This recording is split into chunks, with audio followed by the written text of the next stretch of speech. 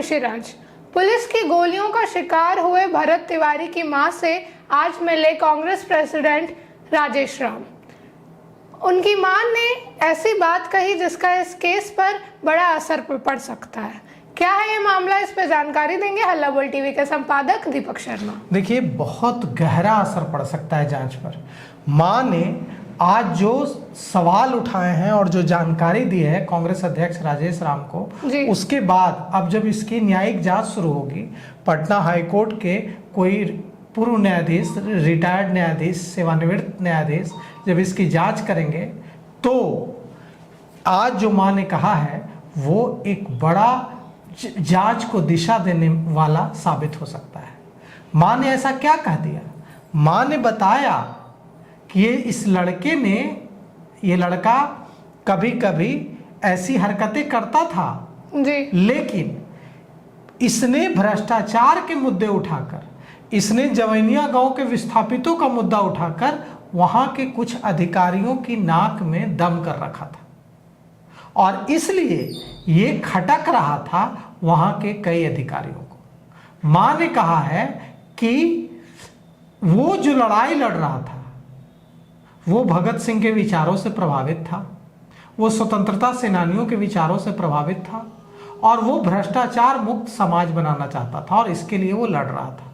जवैनिया गांव के विस्थापितों की समस्या उठाता था, अधिकारियों से मिलता था, उनके पक्ष में आवाज बुलंद करता था, भ्रष्टाचार से जुड़े मामलों को बेनकाब करता था और इसलिए सुनियोजित तरीके से जानबूझकर कि वो कभी कभी ऐसी उल्टी सीधी हरकतें करने लगता है क्योंकि वो पढ़ने में मेधावी था, बीएससी पास की उसने, उसे कहीं जॉब नहीं मिली, नौकरी नहीं मिली, तो मानसिक रूप से वो डिप्रेशन में जा रहा था, मानसिक तौर पर उसे दिक्कत आ रही थी। वो पागल नहीं था। डिप्रेशन और पागलपन दोनों अलग अलग चीज है। डिप्रेशन में जब इंसान जाता है तो वो कभी कभी उल्टी सीधी हरकतें करता है, बाकी समय सामान्य रहता है। पागल जो है वो हमेशा उल्टी सीधी हरकतें करेगा। तो डिप्रेशन, फ्रस्ट्रेट और पागल में अंतर होता है। वो डिप्रेस्ड था, फ्रस्ट्रेट था, इसलिए जब कभी फ्रस्ट्रेशन, डिप्रेशन उस पर हावी होता था तो उतने समय के लिए वो उल्टी सीधी हरकतें करता था, फिर सामान्य हो जाता था जी। और इसलिए जब वो जवैनिया गांव के लोगों की समस्या उठाकर विस्थापितों को, वो जो जवैनिया गांव के विस्थापित थे उनको वहां से विस्थापित करके गड्ढे की जमीन दे दी गई कि अब इसमें आप लोग रहिए। वहां वो सवाल उठा रहा था कि इनको मिट्टी भरकर जमीन दीजिए, ये गड्ढे में कैसे रहेंगे, कैसे गरीब लोग हैं। और भी कई जो भ्रष्टाचार के मामले थे शाहपुर के, उसको उठा रहा था। इसके बाद सुनियोजित जब वो एक अधिकारी से मिलने जाता है गरीबों की मांग को लेकर तो उसको पीटा जाता है, गालियां दी जाती है और वहां से भगा दिया जाता है मारपीट करके। इससे उसका डिप्रेशन बढ़ जाता है और वो सोशल मीडिया में आकर उस अधिकारी का एनकाउंटर करने की बात लाइव आकर कहने लगता है। फिर पुलिस पहुंचती है तो वो पुलिस को भी गोली मारने की बात करने लगता है। फिर पुलिस उसका कुछ नहीं करती, पुलिस चली जाती है, उसे छोड़ देती है। फिर पुलिस पहुंचती है और मां कह रही है कि पुलिस आती है और कहती है कि चलो, पुलिस के अफसर आते हैं और कहते हैं कि हम लोग इस बार तुमसे लड़ने नहीं आए हैं, हम लोगों को दिखाओ कि जवैनिया गांव के विस्थापितों की क्या समस्या है, जगह पर ले चलो। और उसे ले जाती है वहां, उसे भड़काती है और सुनियोजित तरीके से, प्लान तरीके से उसका मर्डर कर दिया जाता है। ये पूरी कहानी सुना रही है उसकी मां और ये बता रही है कि कोई इंसिडेंस नहीं था, ये कोई अचानक से हुई चीज नहीं थी, ये प्लान्ड मर्डर है। अब जब बिहार के मुख्यमंत्री सम्राट चौधरी ने इसकी न्यायिक जांच की घोषणा कर दी है तो पटना हाई कोर्ट के कोई रिटायर्ड जज इसकी जांच करेंगे जी। जब जांच होगी तो नोटिस जारी होगा, मां भी आएगी, मां भी पेश होगी। मां जब आएगी, मां जब बताएगी कि कैसे ये प्लान किया गया तो फिर बड़ी मुसीबत हो सकती है उन पुलिस वालों के लिए, उन पुलिस अफसरों के लिए जो इस एनकाउंटर में शामिल है। और अगर यह साबित होता है कि एनकाउंटर फेक था तो इन पुलिसकर्मियों को, थानेदार राजेश मालाकार जो एक टीएसपी का नाम आ रहा है इसमें, पता नहीं उनका क्या नाम है, और दूसरे पुलिसकर्मी जो थे, एक और दारोगा है, एक और कुछ और सिपाही हैं, ये सारे जो लोग हैं इन सब को कैपिटल पनिशमेंट तक हो सकता है, लाइफ इम्प्रिजनमेंट तक हो सकता है, यानी मृत्यु दंड हो सकता है, फांसी की सजा हो सकती है, या कम से कम उम्र कैद।